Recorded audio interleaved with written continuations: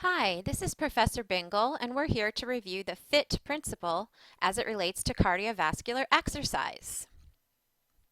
The FITT principle stands for frequency, intensity, time, and type. It represents a way for us to prescribe the appropriate exercise program for any given individual. The overload principle is probably the most important idea in exercise and training. Simply stated, the body will adapt to the workload placed upon it. The more you do, the more you will be capable of doing. This is how all improvements occur in fitness and athletics. The body is an amazing machine. When we perform cardiovascular training, we will ask the heart, respiratory system, and exercising muscles to do work they have not previously done. This will encourage the body to make changes to better handle the stress of exercise in the future. Frequency. How often will you exercise? We must balance the goals of incorporating enough frequency to create adaptation, but enough rest to allow the process of building and repairing to occur. Research has shown the best balance for most people is 3 to 5 times a week. For the general population, the number one excuse people will use to not exercise is I don't have time. It's unlikely that most people will exercise more than 3 times a week. Beginners probably shouldn't exercise more than 3 times a week. However, fitness enthusiasts and athletes will perform cardio 5 times a week and occasionally more. Intensity is defined as the amount of effort that must be completed during any given bout of exercise. This too requires a good balance. Exercise should be hard enough to overload the body, but not high enough to cause overtraining and injury. As discussed in class, the ACSM recommends 65 to 90% of your maximum heart rate, 50 to 85% of your heart rate reserve, 12 to 16 RPE, ratings of perceived exertion, 6 to 10 METs, metabolic equivalents, or using the talk test. Remember that when using the talk test, if you can speak in complete paragraphs about something that happened over the weekend, you're probably not working hard enough. If you can barely spit out your name, you may be working too hard. For homework, you will need to calculate your training heart rate. In order to accurately determine your range, you'll need some information. First, find your maximum heart rate.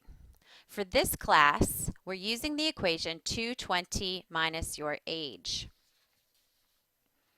Once you have this information, you will take your maximum heart rate, multiply by 65%, 80%, and 90% to get your range. Another more personalized method of approximating target heart rate is heart rate reserve using the Carvonen formula. You will need to know your resting heart rate. Prior to getting out of bed on 3 occasions, try to take your heart rate for a full minute. Record that up here. If you're not able to do this, please do it after sitting down or laying down for at least 30 minutes, maybe while you're watching TV.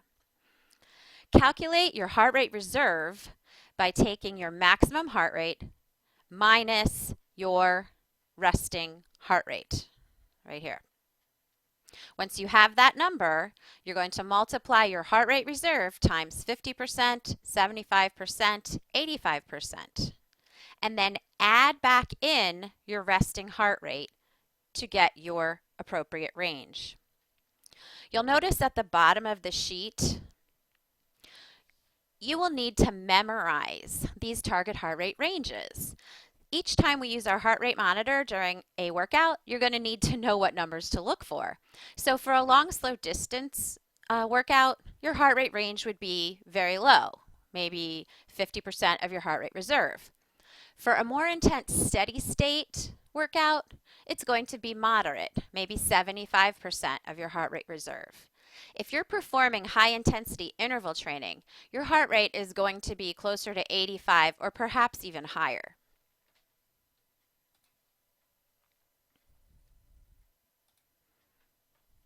The next factor to consider is time. How long should each session last? Well, this obviously varies according to the type and intensity of the exercise. Time is inversely proportional to intensity. If I'm performing at my max, I can't continue for very long.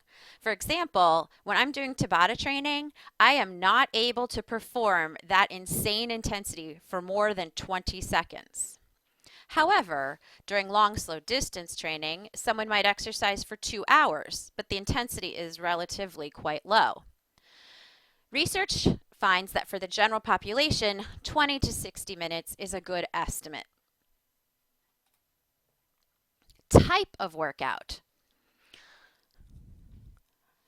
When we're choosing a cardiovascular workout, we need to find something that uses the rhythmic use of the large muscle groups of our body for an extended period of time. So perhaps we could run, swim, play basketball, take a Zumba class, go biking, kickboxing, ultimate frisbee. Probably not golf, probably not baseball. Some people add another letter to the equation, an extra F for fun. Exercise you enjoy is exercise you will do. When you begin working in this industry as a physical therapist, personal trainer, director of a club, the most important thing is to get people moving. In order to do that, you really need to tap into their enjoyment. They will then be happy with your services and they'll see results. A few other principles to review. The specificity principle is pretty obvious. You need to make sure that your workout matches your goals. Specific adaptation to imposed demand. If you're trying to improve your 5K time, you're going to focus on a shorter distance run and you're going to go at a faster pace. If you're training for a marathon, you're going to do more long, slow distance training. Only the parts of the body that you use will improve. The principle of progression means we can't increase all of these factors at once. That would be crazy. We can't increase frequency and time at the same time. We need to have a gradual, logical plan. Reversibility. Unfortunately, it's use it or lose it. If you stop exercising, you'll lose the benefits. You go on vacation, maybe you have an injury, you get busy at work, you will lose the benefits from your previous workouts. Recovery. This is sometimes overlooked in the college or athletic population. Many times we try to get in as much as possible. More is better. Sometimes we want to lift as much weight as we can or burn as many calories as we can. But if we don't allow for rest and recovery, our bodies can't perform as well in our future workouts. Here ends the FITT principle.